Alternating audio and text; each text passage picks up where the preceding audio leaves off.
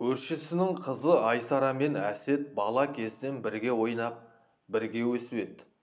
Кішкентайынан бір ойыншыққа таласып өскен олар өсе келе сырлас достарға айналды. Айсара сұлу, тәкаппар болып бой жете бастады.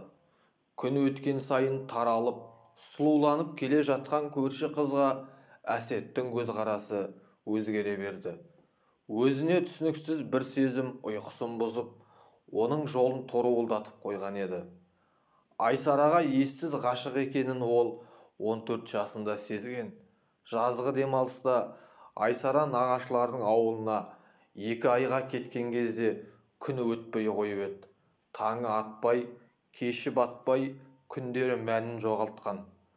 Ол шатыр үстінде көршісінің ауласына телміріп, ұзақ отыратын. Сол жазда Әсет Айсараға сезімін білдірген. Өз ерлігіне өзі риза болып еді.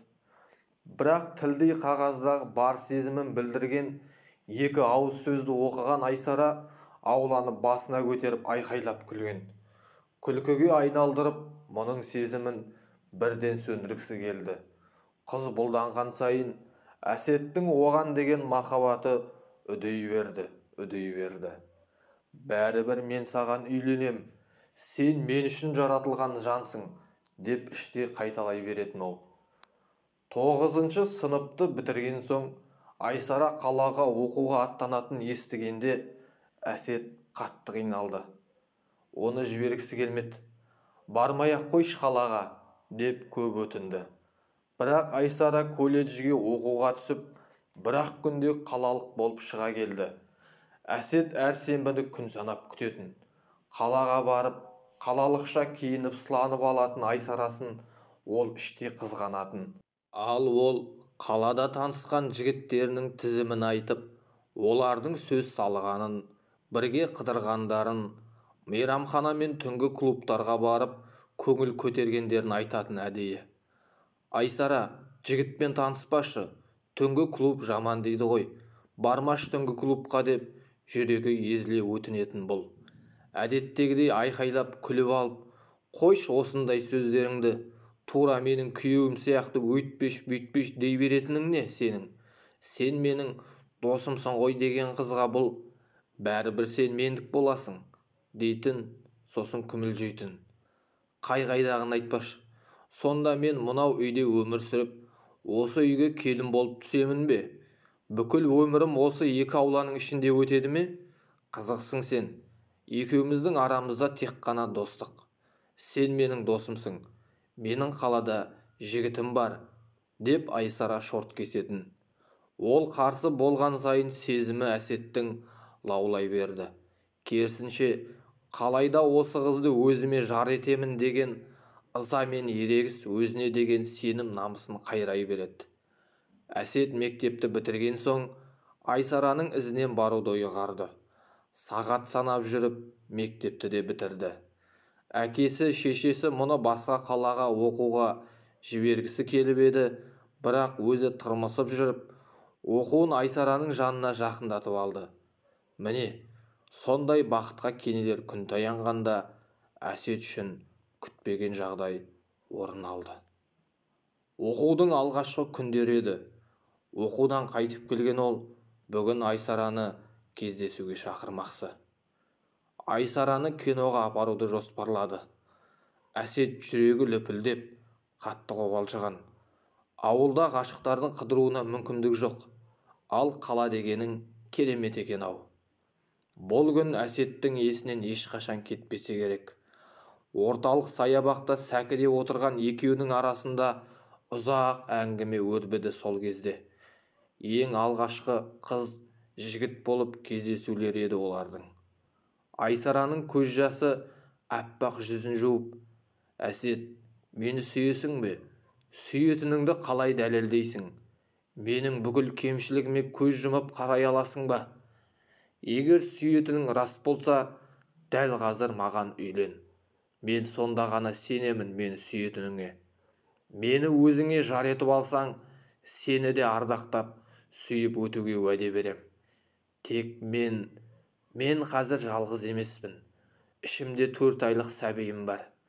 Сәбиімнің әкесі өз баласы екенін мойындамай басқаға үйленіп кетті. Мен қара бет болдым. Баланы алдыра алмаймын. Мен қара бет болдым ғой Әсет. Мені сенен басқа кім түсінеді? Мені осы жағдайдан құтқар. Әкемнің қатал екенін өзің білесің. Ол менің осы киімді білсе оңдырмайды. Ауылға, елге қара бет болайын деп тұрмын. Мені құтқаршы. Не істеймін Әсет? Мені түсінер сенен басқа ешкімің жоқ Әсет. Мені мынау жағдайдан құтқаршы. Құлың болайын. Әсет, мені құтқаршы деген. Жүрегі тілім-тілім болып, бүкіл жан дүниесі қан-жоса болған Әсет басы салбырап жатақханаға қайтқан. Кішкентайынан бірге өсіп, сырттай аялап келген періштесінен басқаны күтсе де, дәл осы жағдайды күтпеп еді.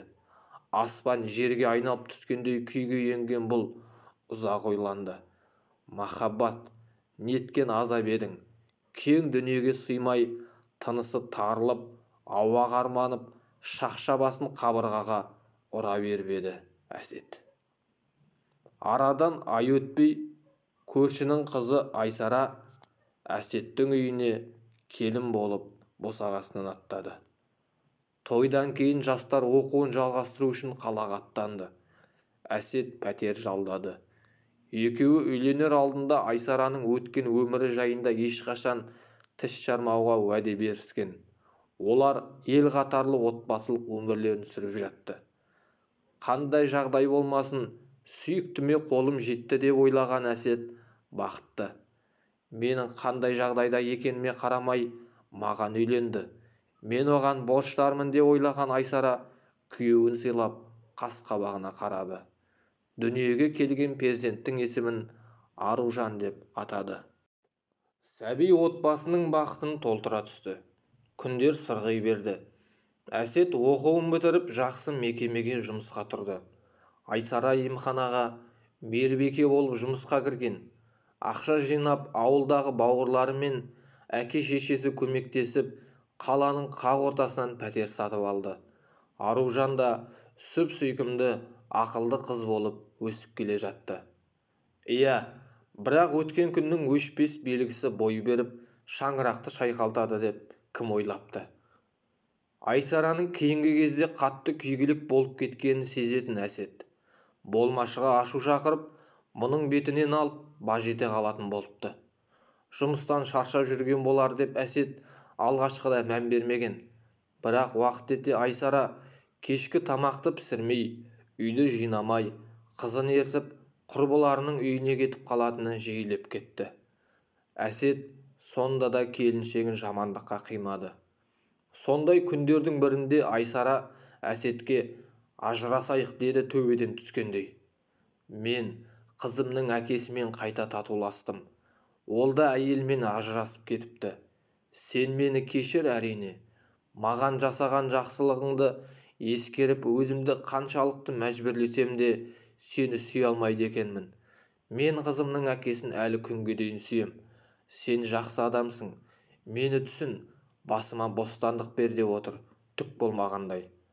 Бұл сөздерді естіген Әсет отырған орнында құлап қала жаздаған.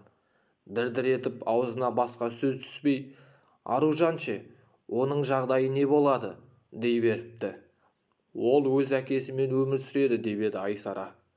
Бүкіл жанын, жүрегін махаббат құлыптап тастапты ғой. Қайтсем Айсарамның көңілінен шығам, қайтсем келіншегімді қуантам дегеннен басқаны білмепті-ау бұл жазған. Саңырау соқыр болыпты ғой. Айсараның ажарынан басқа түк көрмей, оның сыңғыр күлкісінен басқа түк есітпей. Бар бақыт осымен шектеледі деп жүре беріпті-ау аңғалбасы. Әсет сөмкесін арқалаған күйі бұлыңғыр болашақтың тұманына сіңіп кете барды. Ержанмен қайта табысқан Айсара арманына жеткендей. Әсет үйден шығып кетісімен ол алғашқы махаббатын үйіне кіргізіп алды. Ал бірінші әйелмен ажырасып ішкілікке салынған еркек үшін Айсара жақсы жемтік болды. Еш жерде жұмыс істемейтін ол үйдің төрінде бөтелкелерді босатумен күнін өткізіп жатты. Ынтық сезіммен алғашқы күндері ержанның мінезіне аса мән бермеп еді. Бар тапқанын сүйіктісінің аузына тосып, соның құшағында жатқанына мәз болып жүре берді. Тек уақыт өте, тиын санайтын халге жеткенде ғана Айсара ержанға жұмыс жайлы әңгіме қозғай бастады. Әртүрлі желеулермен қырық өтірігін сапыратын ержан аңғал әйелді сендіре алатын. Айсара оған сенетін. Бірақ бойына бала бітіп, жұмыстан жүктілікке байланысты демалыс алып, үйде отырғанда көңілдесі екеуінің арасындағы келіспеушіліктер көбейе берді. Айсараның жағдайын ойламайтын ержан ащы судан бас ала алмай-ақ қойды. Үйге азық әкелмесе де, екі бөтелкесін құшақтап алып келетінде, көзіме көрмеңдер деп ақырып, өзі жалғыз ішіп жататын. Осы кездерде ғана Айсара өзінің не істеп қойғанын, орны толмас үлкен қателік жасағанын түсіне бастады. Етегі жасқа толып, мен өкінем, сендей арсыз ақымақ үшін Әсетпен ажырасқаныма өкінем, деп еді, жұдырықтың астында қалды. Ержан Айсараны тепкілеп ұрып тастаған. Осы жағдайдан кейін ержан ішіп алса болды, төмпештейтінді әдетке айналдырды. Кезекті бір таяқтың астында қалғанда Айсара түсік тастады. Енді ол ержанмен бірге өмір сүру жақсылыққа апармайтынын сезді, түсінді. Бармағын шайнап, шашын жылап өкірді. Ауруханадан шыққан соң жылап еңіреп әке-шешесінің үйіне келді. Әсетпен ажырасқан кезде бүкіл туыстары мұны сөгіп теріс айналып еді. Айсара кешірім сұрап төркінінің табалдырығына жатып алды. Қызының аянышты халіне әке-шеше қарап отыра алмады. Олар қызымен бірге қаладағы үйіне келіп, ержанды пәтерден қуып шықты. Аз уақыттың ішінде өмірін тозаққа айналдырып жібере жаздаған ержаннан құтылғанына Айсара қуанды. Ол бұл күнде жалғыз. Әсеттен кешірім сұрап, қайтып оралуын сұрағысы-ақ келеді. Бірақ ары шыдамайды. Ал Әсет көп күнге дейін өзіне келе алмай сенделіп жүрді. Тірі жан тіршілігін істейді екен, пәтер жалдап, сол қалада тұрып жатыр. Айсараның жағдайында сырттай біледі. Әсет үшін енді бәрібір. Ақ жүрегі ақтарылып атойласа да, Айсараның қатайған қара жүрегі ешқашан ағармайтынын бұл күнде ұққан. Күндердің күнінде ақ сезімін аялайтын ақ жүректі сыңарын кездестіретініне ол сенеді. Әңгіменің соңы. Әңгіме авторы Бибі Мерген.